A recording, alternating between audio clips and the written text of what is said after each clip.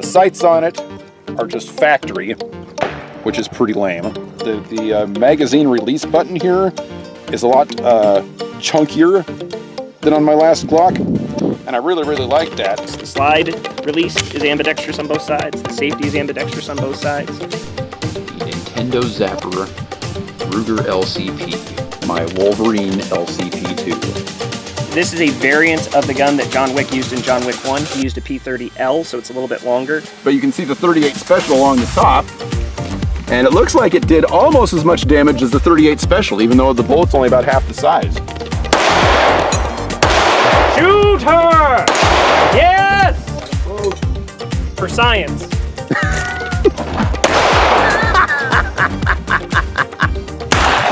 Oh!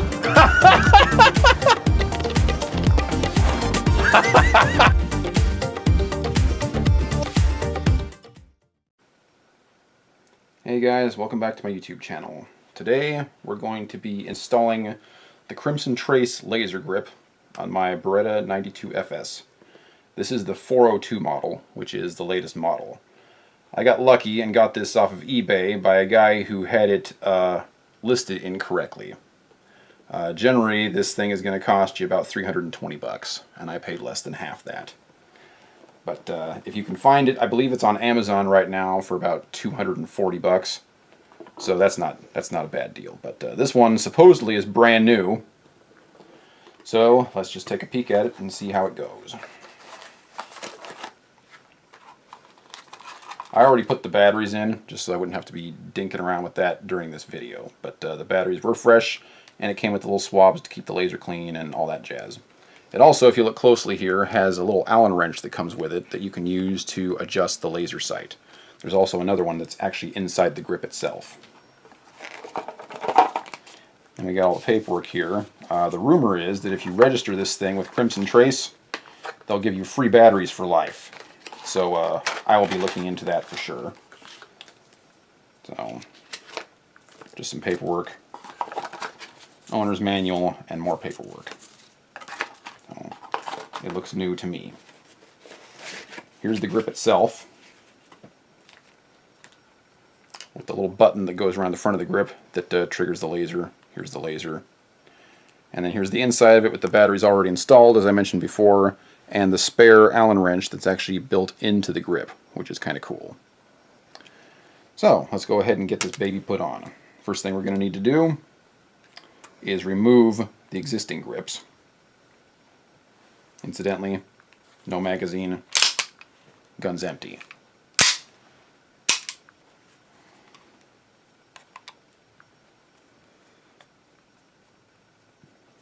I just removed these a couple weeks ago to add the, or change out the hammer spring. And boy, was that a good investment. Even though it's still got a double action trigger for that first shot, obviously, the pull is way smoother than it was. Not sure what I'm going to end up doing with the spare grips here, but I'll worry about that later.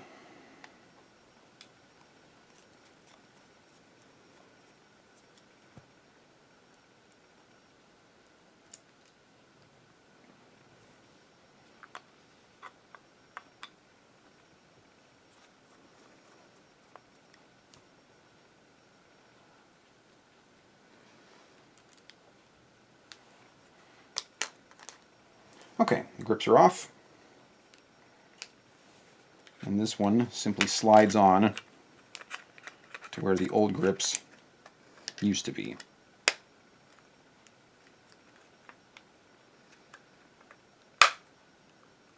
And it pretty much snaps in place just like that. So, let's get the screws back on and try this sucker out.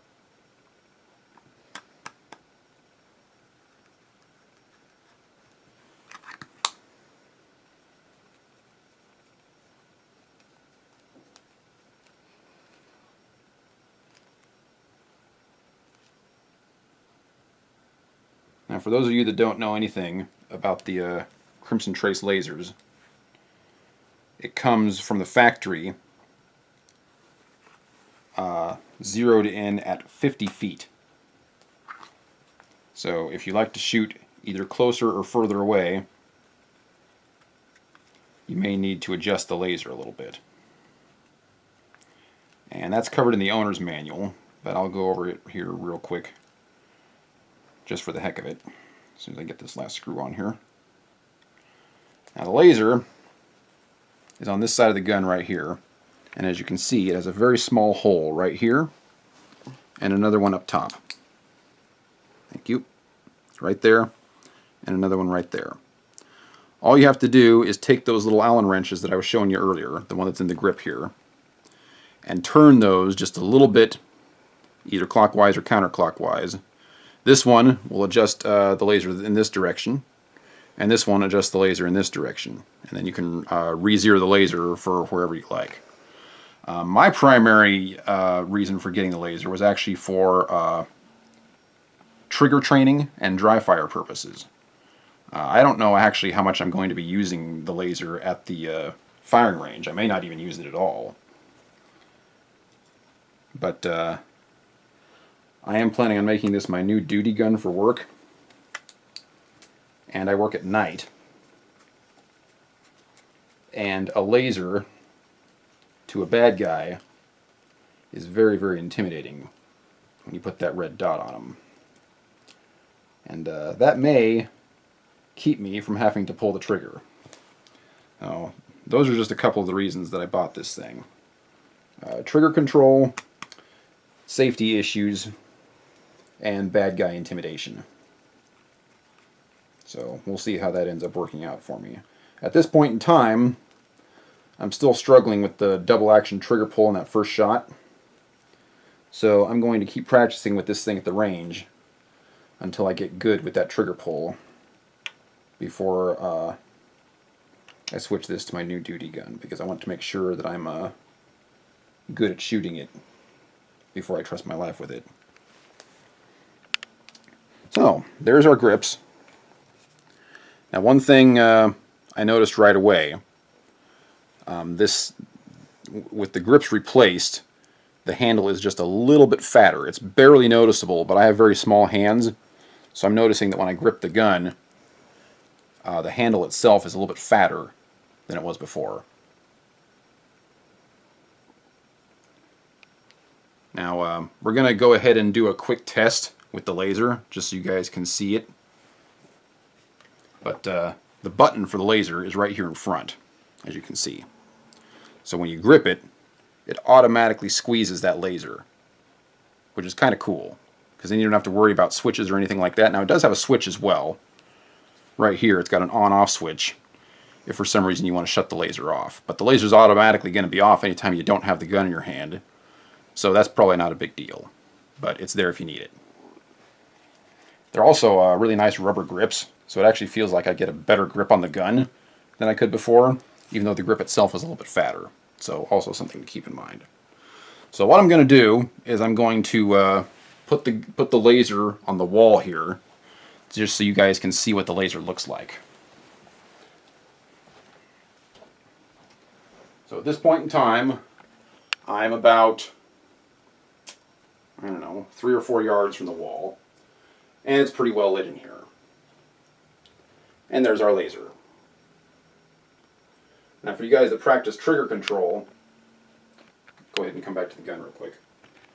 As you can see, where my finger is, if you put your finger a little bit too high, you're going to be blocking the view of the laser. So if you're squeezing that button and you're not seeing the laser, that's probably the reason, because your finger's in the way. Anyway, back to the wall. That's what the laser looks like. And it's actually sighted pretty good. It's a little bit low and to the right, but that's because we're way closer than 50 feet. But if I was to pull that trigger where the laser is, I'd only be off by a couple of inches, so I'd still be able to hit the target. Now, just for the heck of it, we're going to show the laser on a couple of other options here. Here's the purple wall, dresser, and the bed. This would be a great toy for the cats. Now we're going to go ahead and shut the lights off in here so you can see what the laser looks like at night. And I'm going to put it back on the wall again.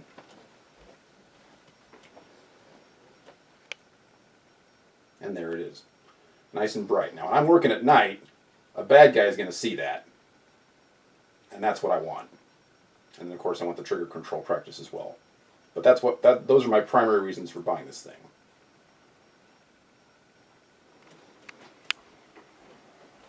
Oh, anyway, that is my review so far of the Crimson Trace laser. As you can see, it was very easy to install, and it works just like it was supposed to. As far as hitting that button, it pretty much happens automatically when you grab the gun, which is really cool.